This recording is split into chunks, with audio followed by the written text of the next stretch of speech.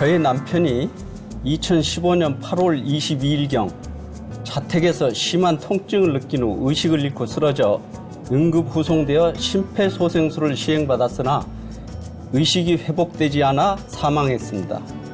의사는 남편의 사망을 급성 심근경색이라고 추정하여 사망진단서를 발급했습니다.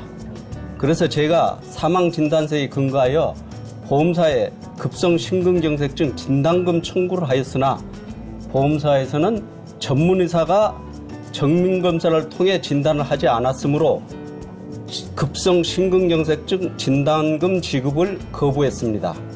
제가 급성 심근경색증 진단금을 지급받을 수 없나요? 이런 내용인데요. 참 안타깝습니다. 네. 우리 변호사님, 이런 경우에 어떻게 해야 하나요?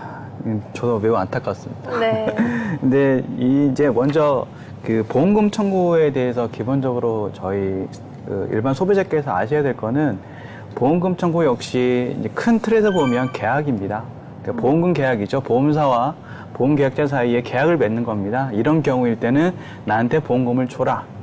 그런 계약인 거거든요. 그 계약인데 구체적인 내용, 저희가 보통 이제 특약이나 뭐 주보장이라는 표현을 쓰는데요.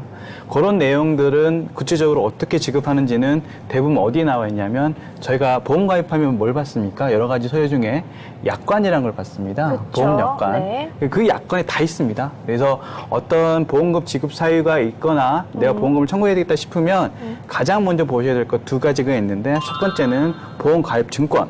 네. 내가 어떤 보험에 무슨 특약을 무슨 보험을 가입했나 보셔야 되고 두 번째 거기에 맞춰서 그 약관이 굉장히 두껍습니다. 그쵸. 상황이 두꺼운데 좀 어려우시더라도 그 내용에 그 약관에 해당되는 편을 찾아서 어떻게 하면 청구할 수 있는지가 다 나와 있기 때문에 그걸 유심히 보셔야 됩니다. 근데 요 사원도 뭐냐면 일단은 남편이 사망했는데 의사가 급성 심근경색이라 그러니까 추정했다는 거는 이제 제가 보기에는 뭐 응급후송에서 바로 사망한 것 같아요. 그래서 어떤 검사를 할 여력도 없이 바로 사망했기 때문에 근데 주변 정황이나 심폐소생술을 받았던 그런 근거를 보면 심근경색밖에 사망 원인이 없다는 거죠. 근데 검사를 못했기 때문에 추정이라는 단서를 붙었을 것이고요. 그런 상황에서 이제 의사의 사망진단서 근거를 보험사에 청구했는데 보험사는 약간 그대로 어떤 요건이 있냐면 정밀검사를 안 했다. 약관의 어떤 구성 요건 중에 네네. 전문 의사가 정밀검사를 통해서 급성심근경색이라는 걸 진단을 해줘야 되는데 정밀심근경색과 관련된 검사를 안 했으니까 못 주겠다는 거거든요. 결국 이거는 이제 약관의 해석의 문제일 수 있습니다. 그래서 네네.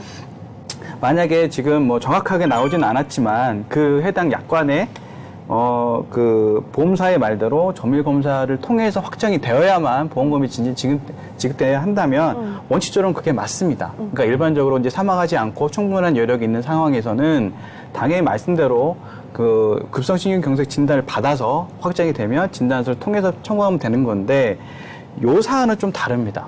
왜냐하면 지금 상담자의 남편분께서는 그럴 여력이 전혀 없으셨던 것 같아요. 네. 검사를 할 수 없는데 어떻게 진단을 받고 어떻게 의사한테 검사를 받습니까? 그렇죠. 그런 사람한테까지 이런 약관의 규정들을 적용해야 되느냐 문제인데 네네. 우리 법원에서는 지금 하고 싶팔레긴 하지만 이런 경우에서는 이 해당 약관을 그대로 해석하면 안 된다. 그 진단받을 수 없는 급박한 상황, 특히 뭐 이런 응급후송 중에 사망했다든가 진단을 받을 수 없는 이런 상황이었다면 그런 경우에 예외적으로 사망의 원인이 급성심근경색과 관계된 상황이라면 그거는 급성심근경색 진단이 있었다고 봐야 된다. 네네. 그렇게 판단하는 판례가 있습니다. 그래서 이제 정확한 사실관계를 봐야 되겠지만 네네. 일단 이 게시판 상담 내용을 봤을 때는 의사가 급성심근경색이라는 사망연을 발급했다고 하고 다른 사망 원인이 발생되지 않았다고 한다면 제가 보기에는 청구해서 그 보험사로부터 보험금을 지급할 가능성이 좀 있어 보입니다. 네. 그래도 좀 네. 융통성이 있네요. 네네. 네. 그렇죠. 뭐 모든 문구라는 게 약관의 문구라는 게 거짓것으로 해석한다면 솔직히 보험금 청구할 수 있는 상황은 별로 없거든요. 특히 그렇죠. 이런 불광력적인 상황에서 그렇다고 사망한 남편의 사체를 가지고 부검할 수도 없는 거거든요. 원인을 그것도 어려운 것이고 해서 이런 경우까지 보험금 지급을 거부한다는 건 좀 부당한 면이 있습니다. 네, 알겠습니다.